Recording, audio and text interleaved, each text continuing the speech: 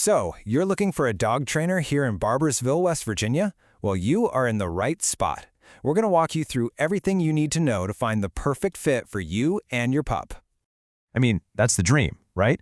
Being able to take your dog for a nice, peaceful walk through Barboursville City Park or not having to worry when you run into a neighbor. This is all about making that happen. Okay, here's what we've got on tap today. We'll start with why training is so helpful for Barboursville life, then what to look for in a trainer, the different formats and costs, local rules you should know, and finally, some key questions to ask before you hire anyone. All right, let's jump into Section 1, Training for Barboursville Life. Basically, what skills does your dog need to be a happy member of our community? You know, a good trainer who knows our area can be a huge help. They get it. They can help you train for the real world here, navigating those quiet neighborhood walks, but also being prepared for busier places. The idea is to have a dog that's comfortable pretty much anywhere you go together in town. So how do you spot a great trainer? Well, a really big piece of the puzzle is their training method and their credentials. Let's start with the philosophy. The gold standard these days is something called positive reinforcement. It's pretty simple, really. You're rewarding your dog for making good choices. This builds trust, and honestly, it just works. You get a happier, more reliable dog because they're learning what to do, not just being corrected for what not to do.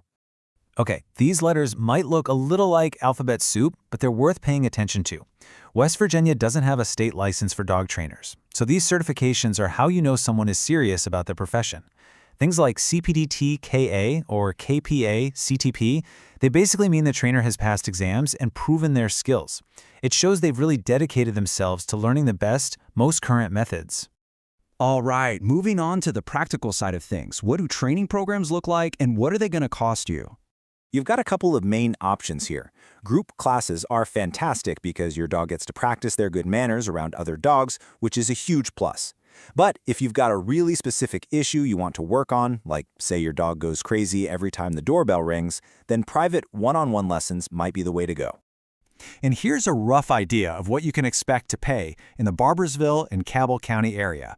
As you can see, a 6-week group class is going to be quite a bit different from, say, a 2-week board and train program where your dog goes to live with the trainer.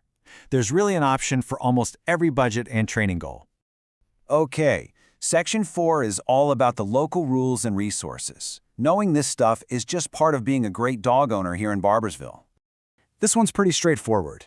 Barboursville follows the Cabell County and West Virginia leash law. What does that mean for you?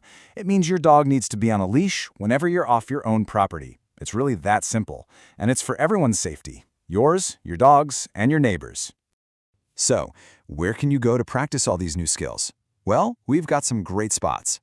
Barboursville City Park is perfect for those leashed walks. If you're looking for an actual off-leash dog park, Rotary Park in Huntington is a great option.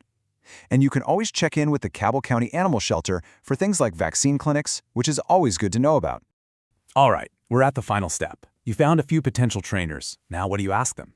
Being prepared with some good questions can make all the difference. Here's a great checklist. You'll want to ask about their philosophy, right? See if it lines up with that positive reinforcement we talked about. Ask about their certifications, and definitely ask how they would tailor a plan specifically for your dog and your goals. Getting clear answers on things like their fees and how they track progress, it just helps make sure there are no surprises and that you're picking the absolute best partner for your dog's journey. We really hope this helps you on your training journey. Because at the end of the day, having a well-behaved dog just makes life better, doesn't it? It opens up so many more positive experiences for both of you, whether you're just relaxing at home, walking around town, or visiting with friends and family.